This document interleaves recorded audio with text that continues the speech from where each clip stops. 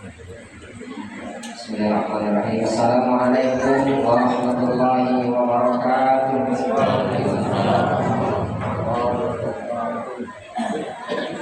Alhamdulillah, wassalatu wassalamu ala rasulillah, wa la hawla wa la quwwata illa billah.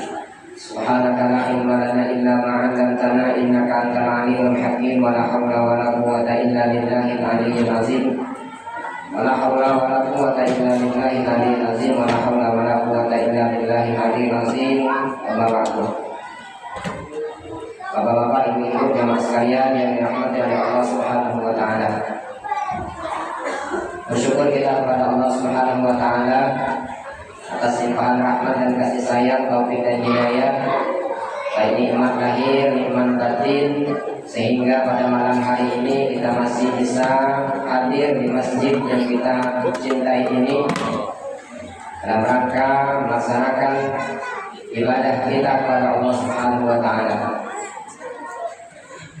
Terkadang nikmat ini kita lalai, terkadang nikmat ini kita lupa bahwa ini merupakan nikmat yang sangat besar yang Allah berikan kepada seorang hamba.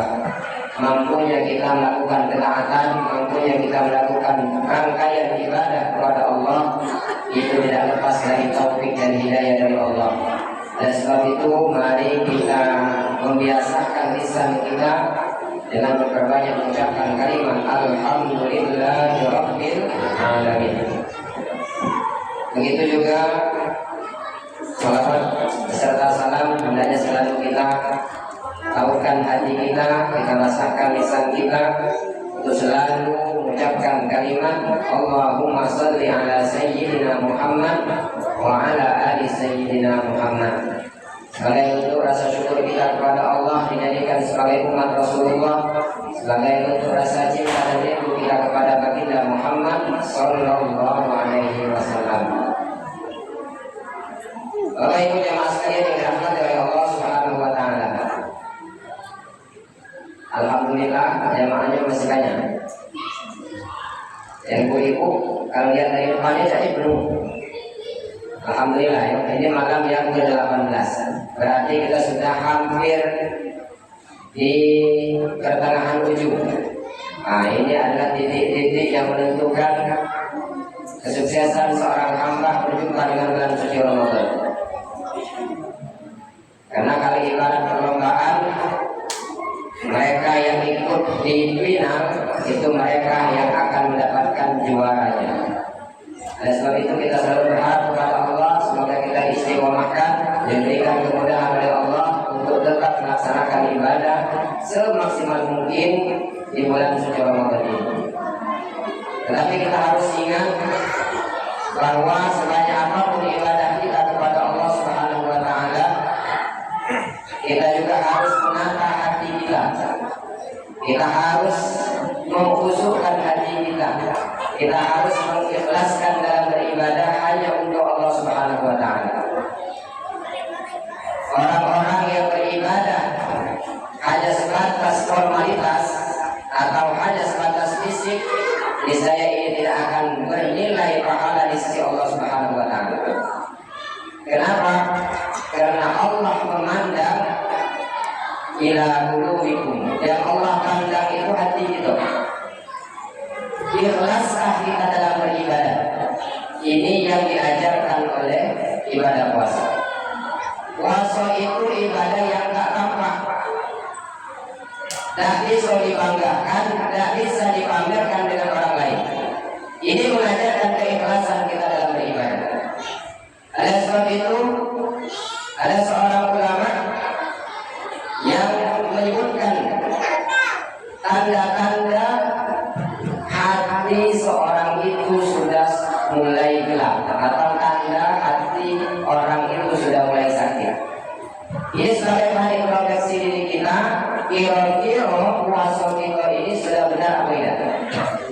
Kalau tanda ini masih terdapat di dalam diri kita, jangan-jangan ibadah puasa kita hanya sebatas lapar dan haus saja.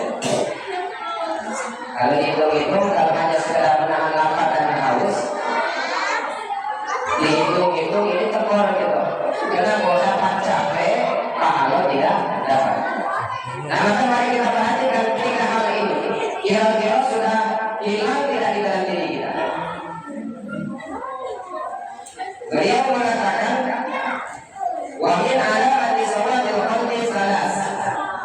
Di antara tanda gelapnya hati seseorang, yang hati seorang hamba itu sudah mulai sakit, yang sudah tidak dipandang lagi oleh Allah Subhanahu wa taala. Yang pertama, Allah yajida lidzunubi mafza'an. Tidak merasa takut terhadap dosa yang dia lakukan. Nganggap dosa itu enteng, dan mengerjakan sholat dianggap biasa. Orang yang rajin sholat dianggap soleh. Itu salah anggapan semacam itu. Rajin sholat itu bukan soleh dan tidak seorang hamba, tapi itu adalah kewajiban kita kepada Allah Subhanahu wa taala. Orang rajin sedekah, orang beribadah puasa, itu bukan tanda orang yang soleh, tapi itu adalah kewajiban kita kepada Allah Subhanahu wa taala. Yang jadi masalah itu kita tidak melakukan kewajiban kepada Allah, tapi kita menganggap enteng. Mulut ngomongin orang, membicarakan keburukan orang lain, kita anggap itu adalah sebagai hal yang biasa. Nah, kalau dosa sudah kita anggap enteng, berarti hati kita ini ada masalah. Mengambil hak orang lain, membicarakan keburukan orang lain, meninggalkan kewajiban kita kepada Allah Subhanahu wa taala.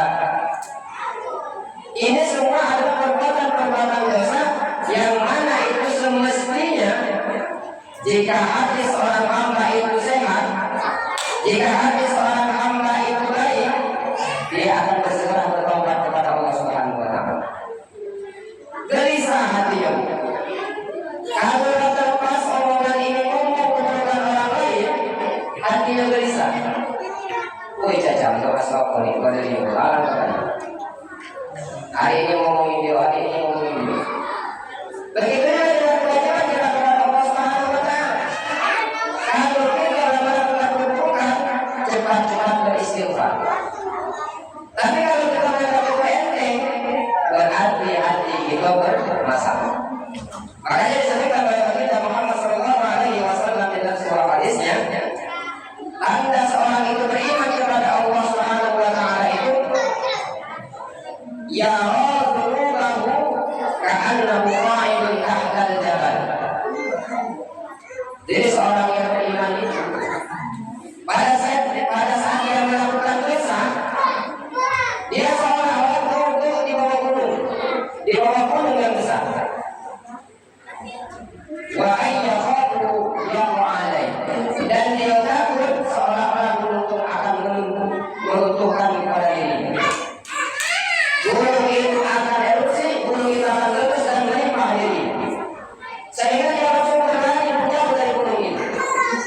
Nah, ini kalau kita punya perasaan semacam ini, saat melakukan dosa langsung berbuat atau sedangkan bercepat-cepat untuk mencari tempat yang aman dengan bercepat-cepat bertaubat, ini menandakan bahwa hati kita ini masih sehat. Hati itu masih sehat. Tapi kalau kita menganggap, dia sobat, umurnya masih muda, nah kalau sobatnya masalah, kita kalau kadang-kadang nanti ini perlu nak sobat, ini bermasalah berarti hati. Mau tidak? Kenapa? Karena umurnya dari yang tahu. Ajal itu tidak pernah mengukur dari umur seseorang, dan ajal itu tidak pernah mengukur dari nama seseorang. Nah, kalau hati itu semacam ini berarti sehat. Tapi kalau misalkan yang pertama tadi nganggap bahwa dosa itu hal yang biasa, maka hati-hati, jangan-jangan hati kita sudah mulai rusak. Jadi tanda orang mukmin itu semacam itu. Tapi kalau orang yang fasik, dia memandang dosa itu Pak Boyo, menganggap bagaikan lalat yang hinggap di hidup. Lalat hinggap di hidup ditulis semacam ini, lalat dari dia menganggap tidak ada masalah. Jadi menganggap itu entengnya. Nah, ini hati-hati, jangan sampai kita berada di posisi yang pertama ini. Kemudian yang kedua, orang yang hatinya mulai rusak itu adalah wala liqa'ati mau'i'an. terhadap ketaatan kepada Allah Subhanahu wa taala itu dapat nikmatnya. Beribadah kepada Allah itu dapat nikmat-nikmatnya.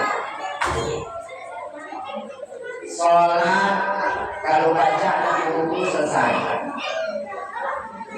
Kalau tarawih ini mungkin cari imamnya kira-kira cepat, dia selesai cepat. Kenapa dapat kenikmatan? Kita betul. Kalau kita bersama dengan orang yang kita cintai, dengan orang yang kita sayangi, kira-kira nak sebentar apa nak lama? Pasti nak lama. Nak lama tak pernah bertemu dengan bulan Ramadan, 11 bulan yang lalu. Bulan Ramadan ini sangat kita cintai, bulan Ramadan ini sangat kita tunggu-tunggukan, bulan Ramadan ini sangat kita rindukan. Pada saat masuk dalam suci Ramadan, ingin selalu bersama dan menikmati bulan suci Ramadan itu. Nah ini berarti hatinya sehat. Tapi kalau datang bulan Ramadan itu sebagai beban, wah ya Ramadan ini mulai datang Ramadan mulai melapar-lapar kami ini. Maka dalam sebuah riwayat ada seorang ulama berpendapat ini kalau sampai dia mencaci datang ke bulan suci Ramadan ini adalah bentuk kekufuran. Masuk gawe tidak baca maksimal di siang hari, masuk lapar dan haus sebagai beban. Nah ini tidak ada kenikmatan dia dalam beribadah kepada Allah Subhanahu wa taala. Kenapa?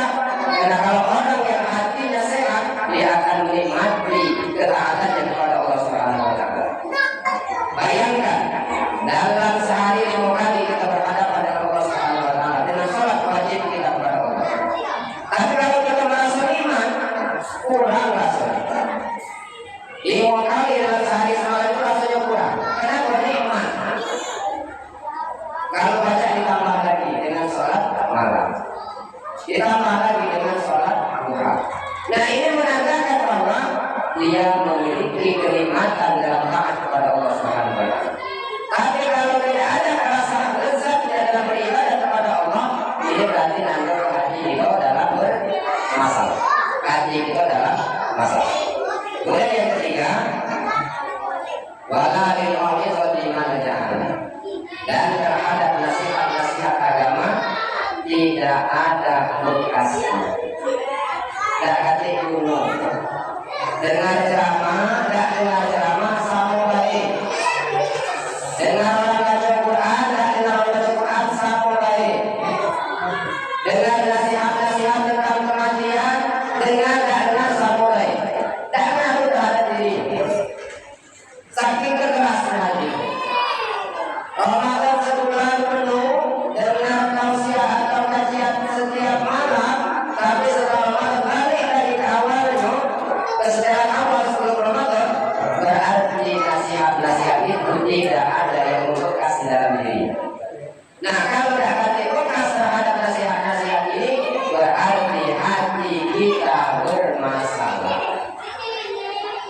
Dengan azan, jangankan untuk melaksanakan ibadah sholat, azan bunyi kita sibuk dengan gawe. Nauzubillah. Tapi kalau hati kita mulai terang dengan azan itu, walaupun tidak segera melaksanakan ibadah sholat, berhenti dulu gawe. Dengar panggilan azan. Kenapa? Karena itu adalah panggilan Allah Subhanahu wa taala. Tapi kalau kita menganggap biasa-biasa baik, berarti hati kita bermasalah. Dan ibadah orang yang hatinya bermasalah, ibadahnya hanya formalitas saja. Hanya sekedar melepaskan kewajiban dan tidak ada nilainya sedikit pun di hadapan Allah Subhanahu wa taala.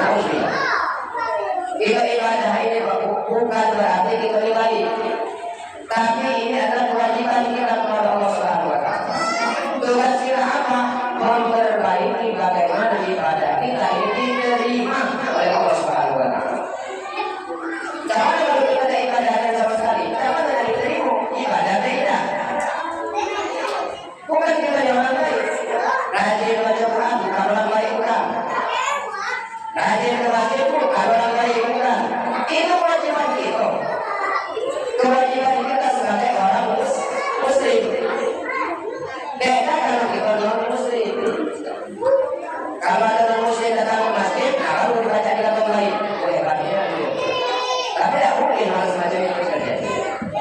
Oke, ibu jemaah sekalian dirahmati oleh Allah Subhanahu wa taala, mungkin itu saja yang bisa kami sampaikan pada kesempatan kali ini. Kita selalu berharap kepada Allah Subhanahu wa taala semoga kita dimudahkan dalam melakukan ketaatan kepada Allah. Kita dimudahkan dalam melakukan ibadah kepada Allah, terutama di bulan suci Ramadan ini, dan kita berharap semoga apa yang kita lakukan betul-betul menjadi tabungan pahala kita di sisi Allah sebagai meringankan beban kita nanti pada saat kita berada di padang mahsyar, sehingga kita mendapatkan buku amal kita dari sebelah kanan dan berat sebelah kanan, dan kita termasuk orang yang sukses, orang yang berhasil, orang